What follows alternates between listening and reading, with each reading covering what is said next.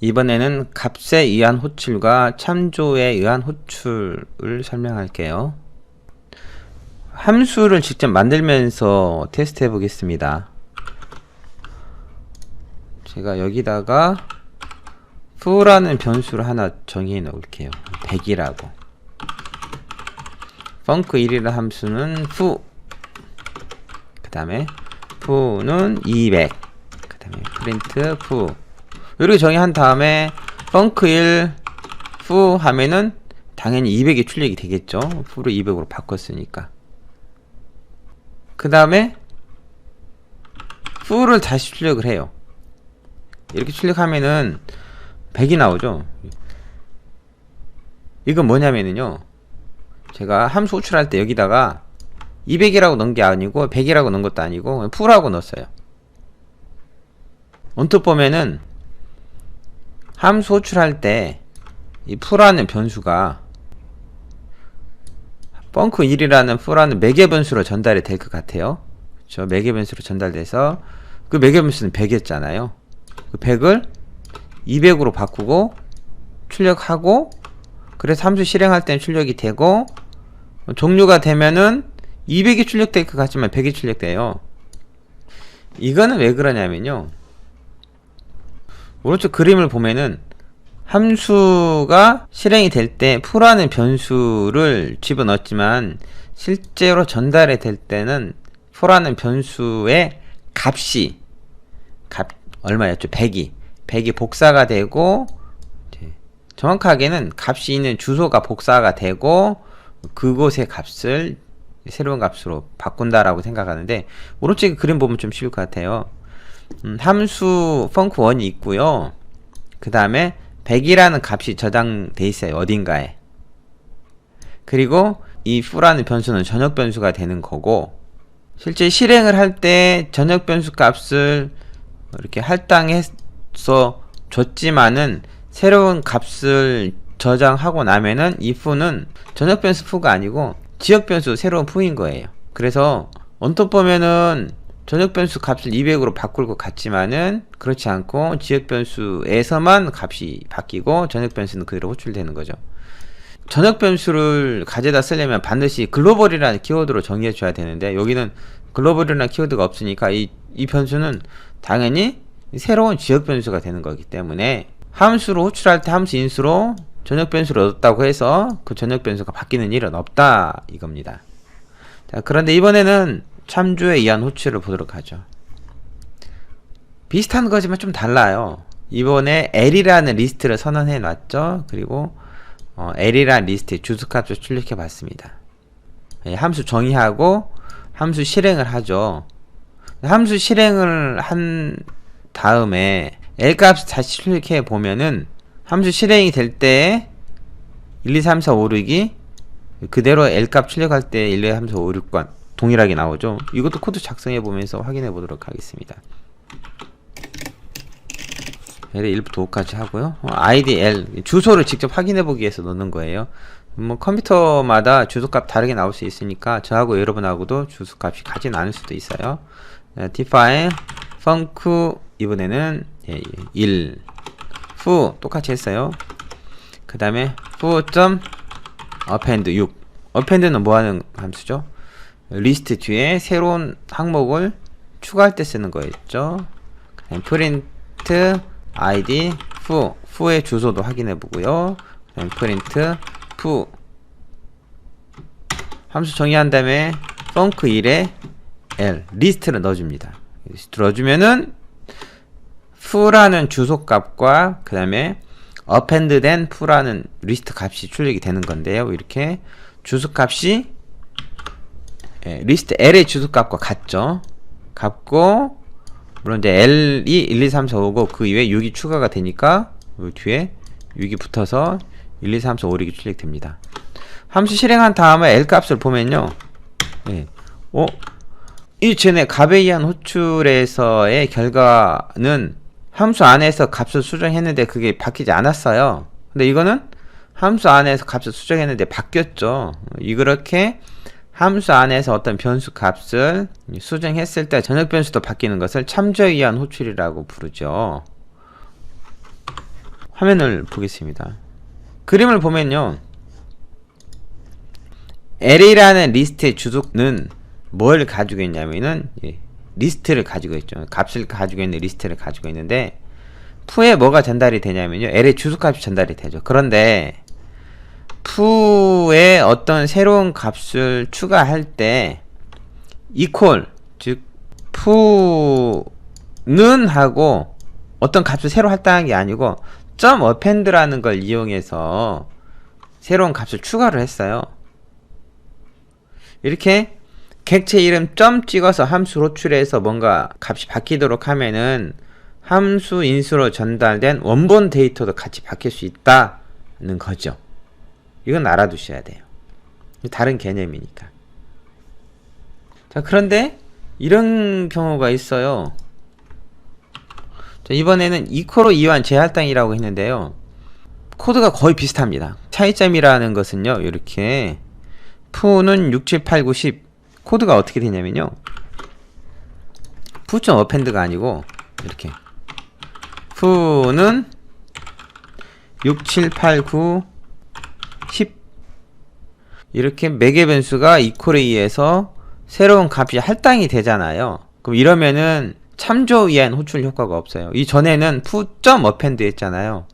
.append 하면은 전달된 리스트 객체가 원본이 수정이 되는데, 이렇게 equal을 이용하면은 전달된 리스트 객체가 아닌 새로운 6, 7, 8, 9, 10이라는 리스트 객체가 푸에 다시 저장이 된다는 것이죠. 그래서 그림을 보면요, 요런 거죠. 원래의 리스트가 푸에 전달이 돼요. 그런데 equal에 의해서 할당을 하잖아요. 그러면은 푸에는 새로운 리스트의 주소값이 들어가게 되는 거죠. 즉 새로운 리스트를 가리키게 된다는 거예요. 푸는 새로운 주소 공간을 할당받죠. 그래서 푸 값을 출력하면은 주소도 다르고, 그 다음에 데이터도 다르게 되는 거죠. 주소가 뭐 원래 L은 뒤에 272로 끝났지만은 id 푸 해보면요 208로 끝났죠. 다르죠. 그리고 원래 원본 데이터 L 값은 바뀌지도 않고요. 자, 요렇게 이제 함수 안에서 변수를 사용할 때, 그리고 매개 변수에 전역 변수를 전달을 할 때 참조에 의한 호출 효과, 그 다음에 값에 의한 호출 효과 두 개를 비교했어요. 좀 쉽게 구분하는 거 요약을 해볼까요? 쉽게 생각하면요, 값에 의한 호출, 그 다음에 참조에 의한 호출, 이거 뭐라고 부르냐면요, call by value, call by address 또는 call by reference 이렇게 부르기도 하죠. 지역 변수에서 equal 연산자로 할당하는 거고, 참조에 의한 호출은 지역 변수에서 점으로 함수 또는 변수를 이용해서 할당, 새로운 값을 집어넣는다는 거죠. 사실 파이썬에서는 크게 중요하진 않아요. 일반 자바나 C에서는 굉장히 중요한 개념이지만요, 여기서는 함수 안에서 변수를 사용할 때 좀 주의해야 되겠구나 라는 정도만 이해하셔도 충분합니다. 다음 주제 보죠. 함수 이름을 변경하는 건데, 이거 무슨 말이냐면요, 함수 정의는 현재 심볼 테이블의 함수 이름을 지정한다 라고 했죠. 현재 심볼 테이블이라는 것은 변수들을 저장할 테이블이거든요. 저장 공간이죠. 근데 함수도 변수나 마찬가지예요. 그래서 이 함수도 변수들을 저장하는 공간에 저장이 돼 있다는 것이죠. 앞에서 만들었던 피보나치 수열 함수가 있어서 이걸 가지고 함수 이름 변경에 대해서 설명하는데요. 피보나치 수열 다시 코드 작성해 보죠.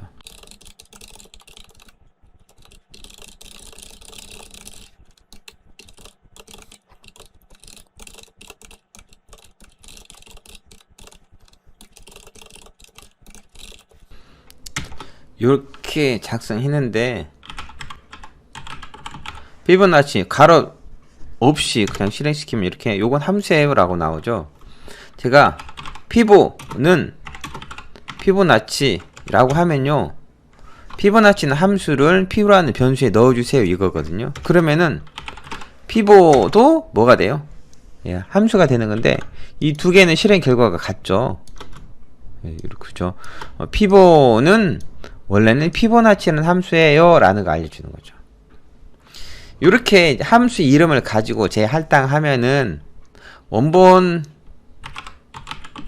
함수에 의해서도 실행 가능하지만은 새로 할당한 함수 이름에 대해서도 이렇게 실행이 가능하죠. 그러니까 함수를 다른 이름으로 줄여 쓰고 싶을 때 유용하게 쓸 수가 있어요. 그런데 주의할 점은요, 이렇게 쓰시면 안 돼요. 어떤 거냐면 피보 1은 피보나치 2000 이렇게 하면요, 이건 뭐냐면은 피보나치 2000이라는 함수를 실행시키고 그 결과를 피보1에 저장시키세요 이거예요.